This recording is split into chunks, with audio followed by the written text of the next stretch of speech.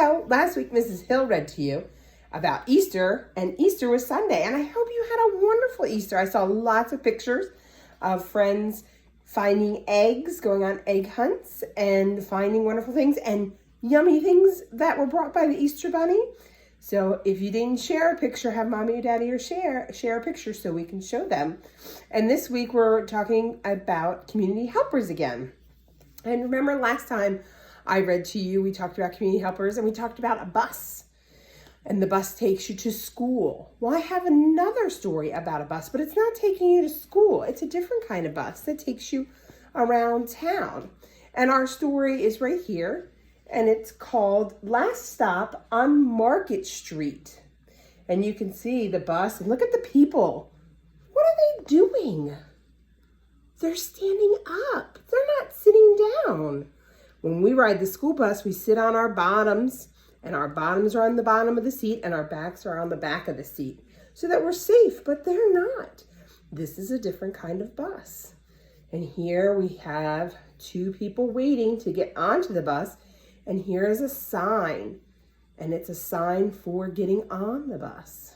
All right. Our story is written by Matt De La Pena, and it's illustrated by Christian Robinson. And again, it's called Last Stop on Market Street. Let's see what's going on in this bus. So if we were to look at this picture right here, who do you think these two people are? Do you think this is a mommy and a son? Do you think this is a grandma and a grandson? Let's see if we find out in our story. Oh, look at that busy street with all the cars and people. Someone's walking a dog. And here we go. You see, getting ready to come out of church. And look, she has a what? She has an umbrella. What does that tell us about the weather? Is it a bright sunny day? No. That means it's raining or it's going to rain. So let's see. CJ pushed through the church doors, skipped down the steps. The outside air smelled like freedom, but also smelled like rain, which freckled CJ's shirt and dripped on his nose. And you can see CJ coming down the steps. There he is. He does look very happy. And look, there's another what? Umbrella. That's right. He ducked under his Nana's umbrella, saying, "How come we gotta wait for the bus in all this wet?" "Trees get thirsty too," his Nana told him. "Don't you see that big one drinking through a straw?" CJ looked for a long time, but he never saw the straw. Is the tree really drinking through a straw? We learned about trees. What do they use? They use what's down in the ground. It's your feet when we do that little number. Feet are our roots. So this is his Nana or grandma, and this is the grandson. My mom is the Nana in our house. Do you have a Nana or do you have a grandma? I know Ian has a Nana. I wonder if anybody else has a Nana. From the bus stop, he watched water pool on flower petals, watched rain patter against the windshield of a nearby car. His friend Colby climbed in, gave CJ a wave, and drove off with his dad. "Nana, how come we don't got a car?" So there's his friend in the car driving away, and here they are waiting for the bus. Okay, so he's looking at his friend who's riding in a car. He wants to know why they don't have a car. "Boy, what do we need a car for? We got a bus that breathes fire. And old Mr. Dennis, he always has a trick for you." The bus creaked into a stop in front of them. It sighed and sagged, and the doors swung open. And look, it breathes fire because it has a dragon on the side of it. And where's the bus driver? Do you see him? There he is. That's old Mr. Dennis. And he always has a trick for him. I wonder if he'll have a trick for him today when he gets on the bus. Let's take a look. "What's that I see?" Mr. Dennis asked. And he pulled a coin from behind CJ's ear. placed it in his palm, and Nana laughed her deep laugh and pushed CJ along. They sat right up front. The man across the way was tuning a guitar, and an old woman with curlers had butterflies in a jar. Nana gave everyone a big smile and a, well, good afternoon. And she made CJ do the same. And there they all are. Can you find the gentleman with the guitar? Do you see the lady with the butterflies? That's pretty cool, isn't it?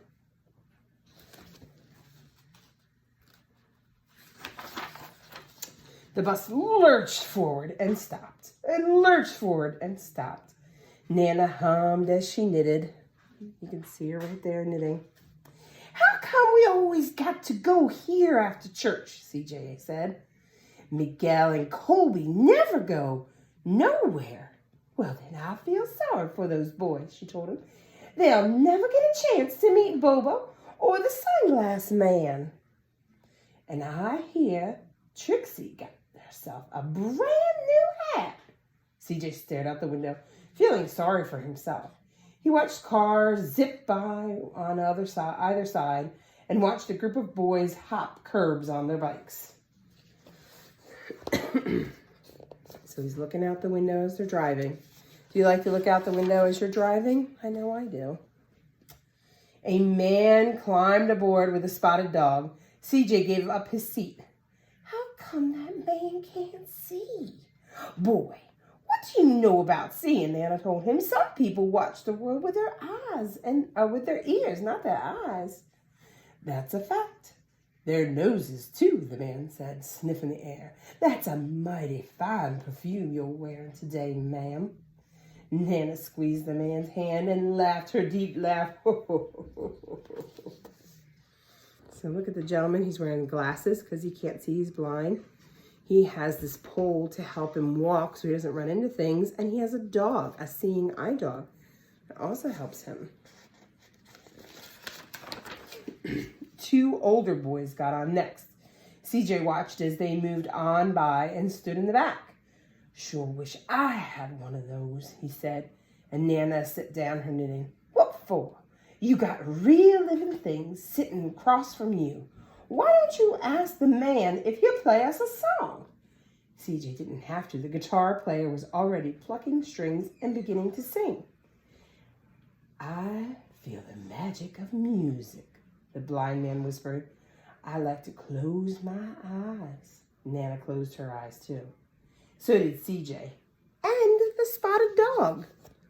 They're all closing their eyes so they can hear the music better. And in the darkness, the rhythm lifted CJ out of the bus and out of the busy city. And he saw sunset colors swirling over crashing waves. Saw a family of hawks slicing through the sky. Saw the old woman's butterflies dancing free in the light of the moon. CJ's chest grew full, and he was lost in the sound. And the sound gave him the feeling of magic. That's quite a song, isn't it? The song ended and CJ opened his eyes, and everyone on the bus clapped, even the boys in the back. Nana glanced at the coin in CJ's palm, and CJ dropped it into the man's hat. Last stop on Market Street, Mr. Dennis called. So they're getting off the bus. CJ looked around as he stepped off the bus.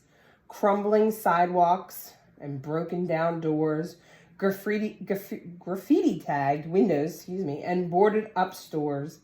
He reached up for Nana's hand. How come it's always so dirty over here? She smiled and pointed to the sky.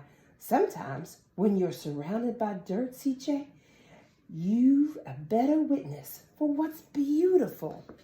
So what is she talking about? What can they see that is beautiful if everything's dirty here? What did they see? Remember? They looked up into the sky. Yeah, the sky is blue and pretty. CJ saw the perfect rainbow arching over the soup kitchen. He wondered how his Nana always found beautiful where he never thought to look.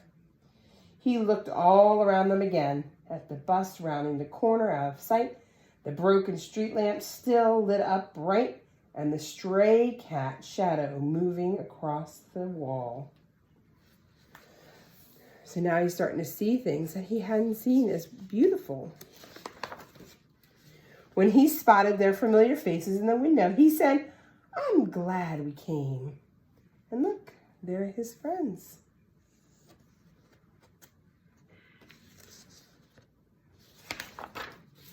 He thought his Nana might laugh, her deep laugh, but she didn't. She patted him on the head and told him, "Me too, CJ. Now come on." And here they are. Can you find them? This is called a soup kitchen. So they work to prepare the food, or they work and help to hand it out. And the people who need something to eat, almost like when we go to the cafeteria to get food, or you go to McDonald's, you just don't have to pay. You stand in line and get the food they're offering, and then you can come and sit. And look, what are they waiting for there? They're waiting for the bus. Where do you think they're going to go next? Wonder where they're going to go. Well, I'm glad you came for our read aloud today. And tomorrow we're going to read about another community helper. This community helper is someplace you have been. And it's kind of like Walmart. What is Walmart? Well, we know they're filled with essential workers. Have a great day, friends. Enjoy the nice weather. And I'll see you tomorrow. Bye.